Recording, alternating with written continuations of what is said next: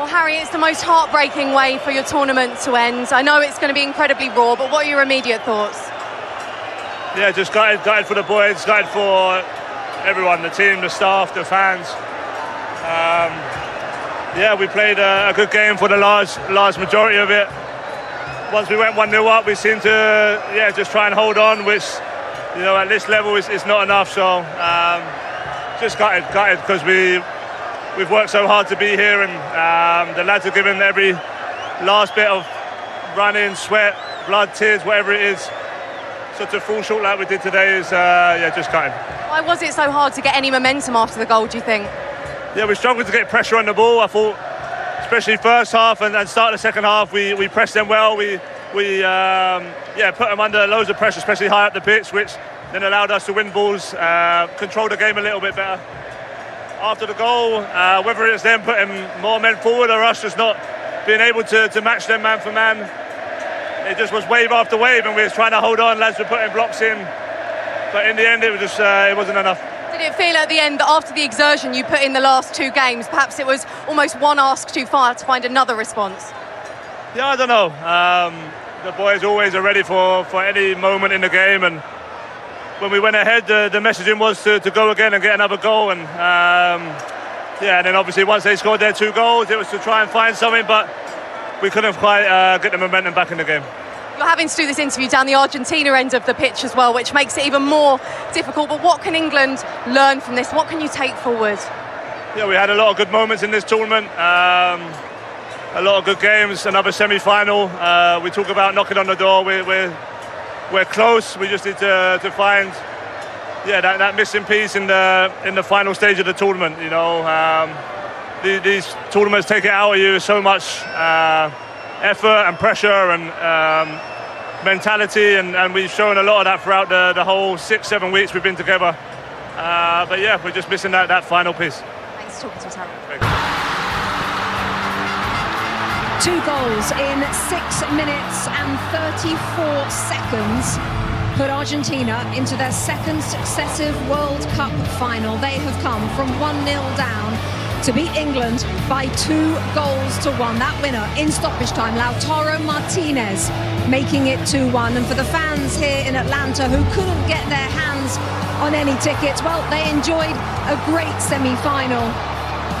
And although he didn't score in this one, the world's best player made the difference for Argentina. How lucky are we to witness his greatness? Plenty more post-match reaction from a great semi-final next. Player of the match, sponsored by Michelob Ultra. I think you know who it is. The 39-year-old who has dominated this World Cup, whether he scores or not. His dream of back-to-back World Cups is well and truly alive. Lionel Messi. As we welcome you back to Atlanta Stadium, let me just put you in the picture. Well, you can see it behind me. The Argentina fans, very few of them have left their seats, and they are serenading the Argentina players in front of them, especially directly behind us, as you can see there. It's a beautiful scene for the defending world champions. Now we can finally know where they were and how many were there. I know. Look, what do you think? A 70-30? Yeah, that's all it was. That's all it was.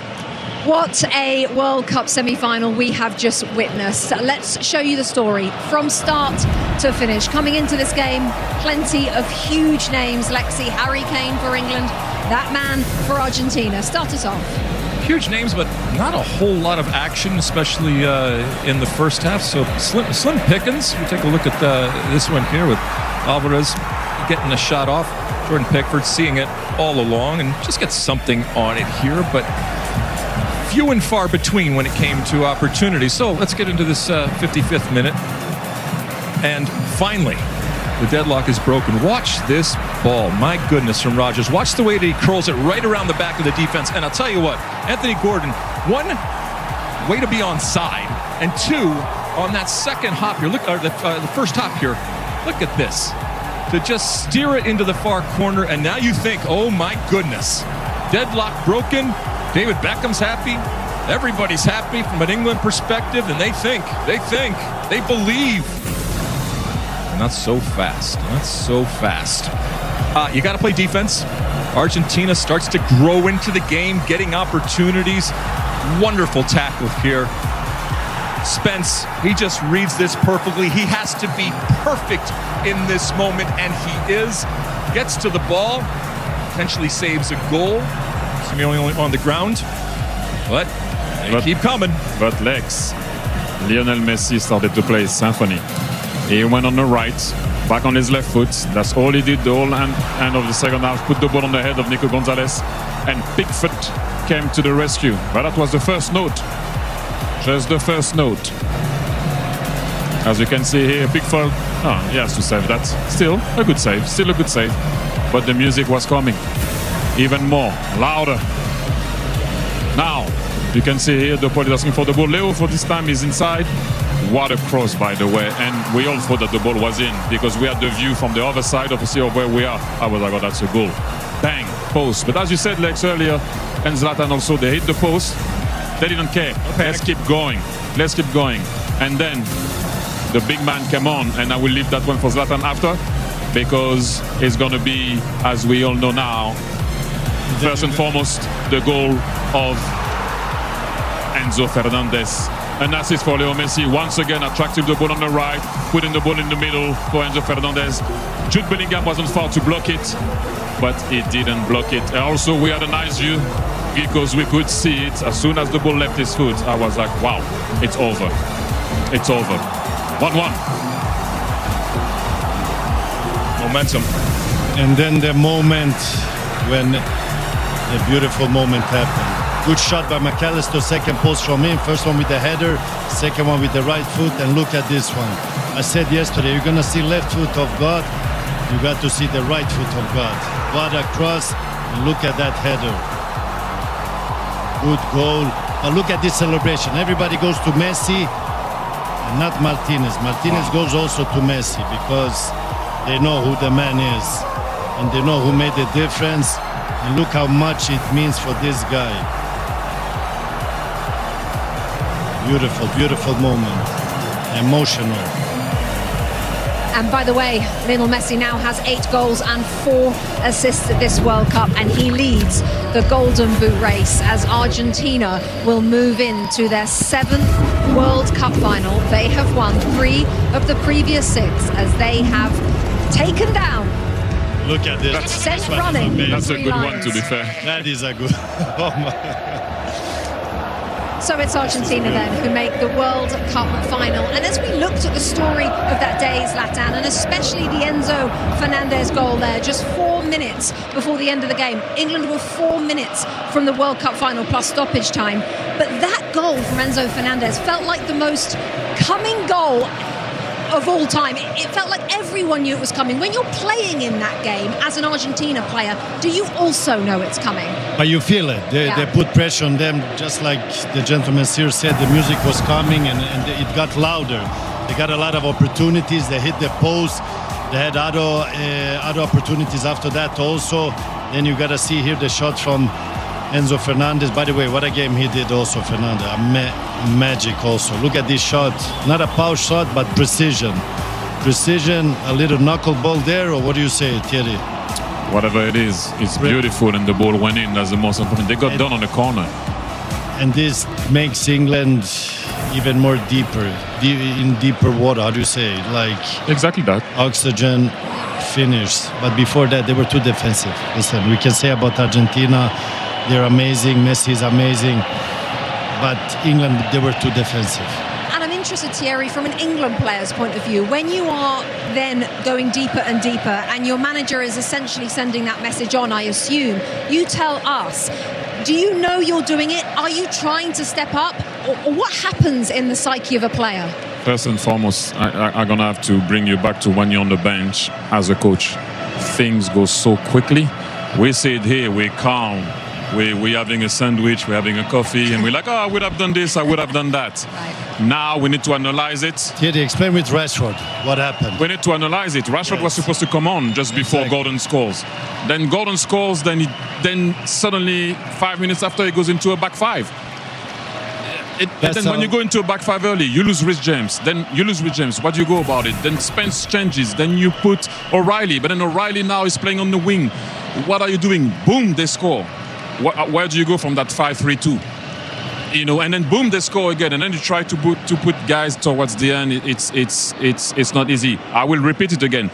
They went into a back five too early. But I also will tell you something. When you're on that bench and you start to think and you look at the clock, you're like, oh, it's nearly the end. And sometimes you look again and you're like, 20 minutes has passed. I can assure you that it's not that easy, but still, he went into a backfire too early. You don't play that team too low, too early like that. That is so interesting because, of course, for fans it goes so slowly, but for the coaches it goes so fast. Zlatan, you were going to say? That's why I said Thierry explained with the situation with Rashford. That's the dynamics. What was supposed to happen and what happened. He was meant to go for Rashford to come in and push for the counter-attacks, and then suddenly you score a goal in that moment. You go in a back five. They had in total 6 defenders totally at a certain point, the England team. But this is the feeling you have as a coach. This time it didn't go his way. It went in Scaloni's way when he pushed all the offensive players. He played the cards right for Tuchel. He didn't play the cards right, but if Tuchel would have win the game, we would have said, whoa, what a genius. Like, he went on the defensive part. Argentina couldn't put a hole on them. And then, if you look at Argentina, everything happened in the end. In the end, like the last minutes. Not how you start, how you end, yeah. You've always said it, Lex. Well, I mean, now we've taken a little time away.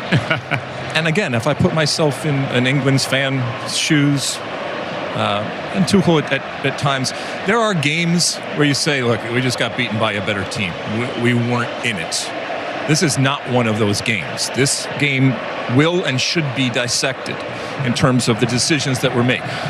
To Thierry's point, it's easy from up here to do that. But this was one that was in the palm of their hand for, at times during the game, and certainly when they got that goal. We have seen in this tournament where Tuchel has done the same thing and tried to ride out and done it very well in terms of managing the time and managing the game. It didn't happen in this one. Thomas Tuchel will be the first to tell you that it is very, very fine margins when you get to this point in terms of the separation of teams and what separates winning and losing. And so I think it's going to be fair in this postmortem to look at what happened and the decisions that were made, and were they right? Always going to be relative to what the final score is, but again, it was in the palm of their hand, and it was taken out. Yes, by a wonderful team, and yes, by one of the greatest of all time. But you wonder, even this England team, did they have the wherewithal on the bench, both in terms of the players and in terms of Thomas Tuchel, to see this out? I think they would all say yes, but this is why we ultimately play the games. This was a different loss from yesterday. France, they lost yesterday, but you could say like they didn't have a chance because Spain was much better. Here, England was leading, and if they would handle the situation differently, they could have won. So they should be more disappointed than the French team yesterday. No, I just wanted to say well done, England, because the way it started, it didn't look it was going to be like this. Bellingham was outstanding. Ken was outstanding. I mean, we can name those two because they were more the guys that scoring the goals. Gordon scored tonight, but I would say that it looks bright for you guys, and it will happen eventually. So, well done, England, seriously, because it didn't look like it was going to be that way. I didn't doubt it, but a lot of people were doubting it. You still didn't make the final, but carry on going. Okay, chaps, thank you. Lots more to come from the gentlemen. But for the Fox moment of the match, sponsored by Ferrero Rocher, incredible scenes in Buenos Aires. And here is why they are celebrating. Lautaro Martinez came on in the 81st minute. Look at that scene, by the way. And look at that, the substitution that proved, you have to say, in the end, to be an inspired decision by Lionel Scaloni, because it was Martinez who headed in Lionel Messi's cross for the stoppage time winner. Diego Maradona won a World Cup in North America in 1986. Lionel Messi's one victory away from doing the same. We're going to look ahead to Sunday's final between Spain and Argentina next.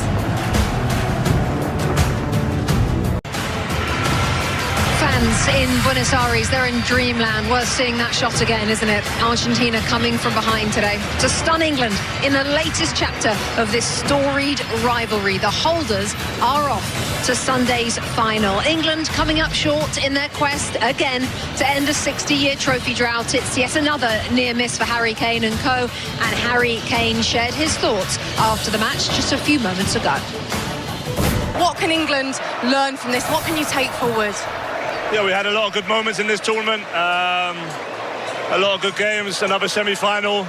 We talk about knocking on the door. We're close. We just need to find, that missing piece in the final stage of the tournament. You know, these tournaments take it out of you so much effort and pressure and mentality, and we've shown a lot of that throughout the whole 6-7 weeks we've been together.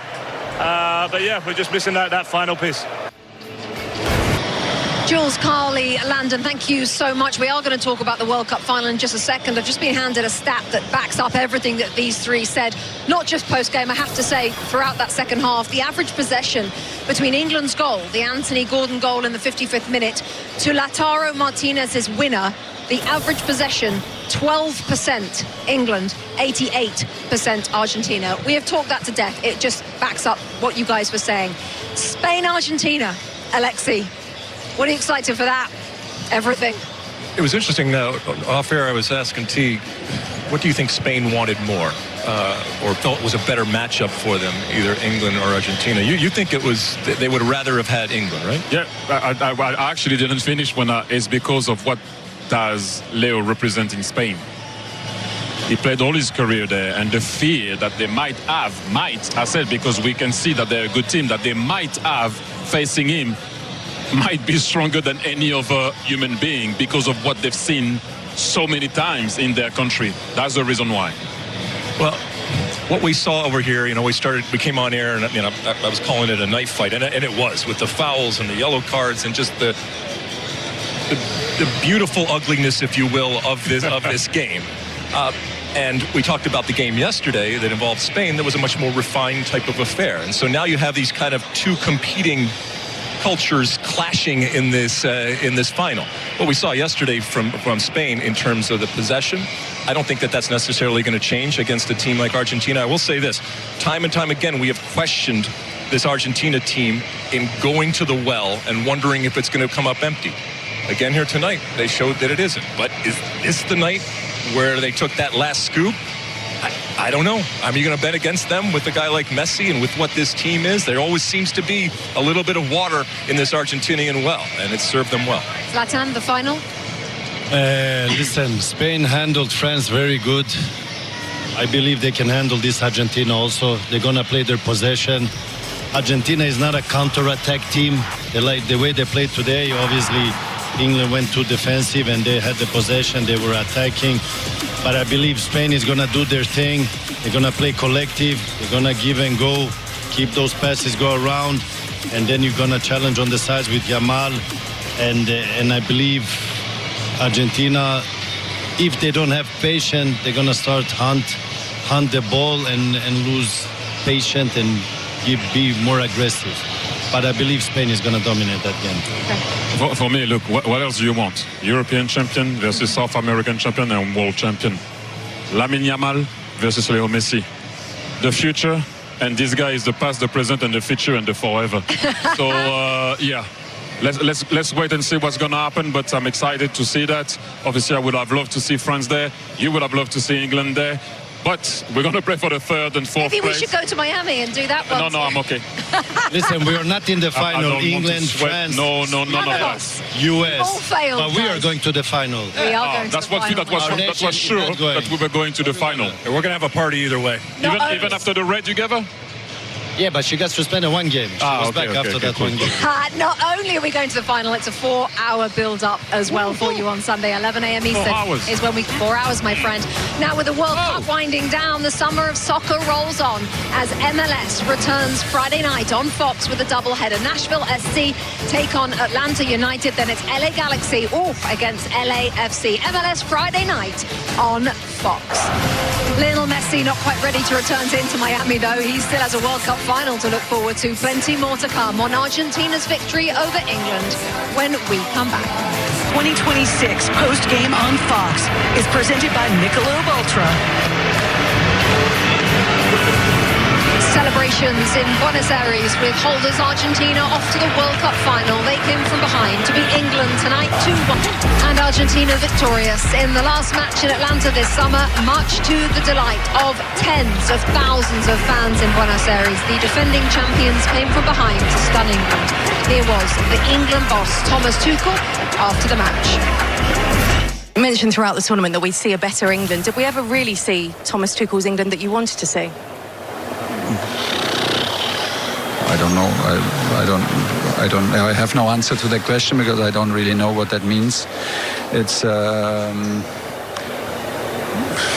don't know. I think we saw the mentality throughout the match and the strong group, and we played the matches how they were. We played a strong against strong teams in the group. We had a lot of miles, a lot of traveling. We played in altitude. We played in 10-man. We played in the heat. We overcame every obstacle. We were very, very close today.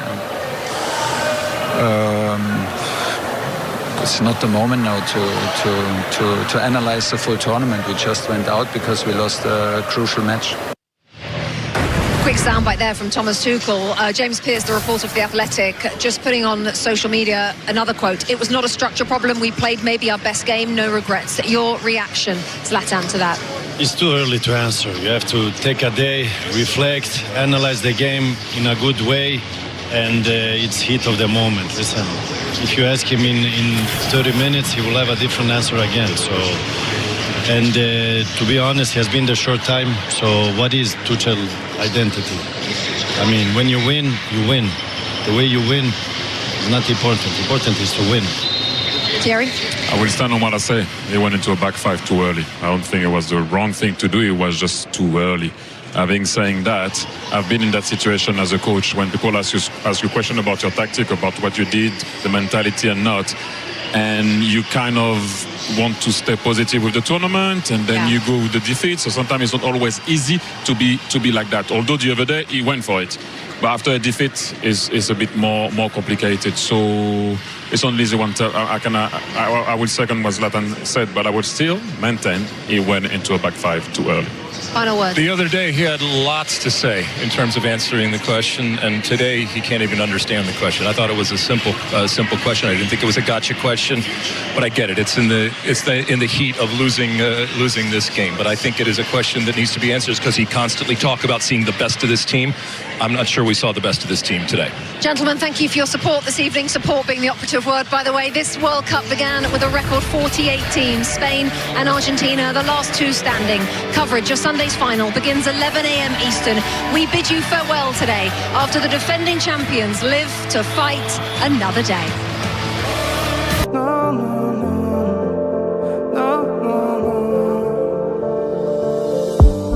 Ты не забывай, мой потерянный рай, что в тебе таится малая, но не забирай, пока небо сохранит тот май в ней, пока в небо еще сил набрать.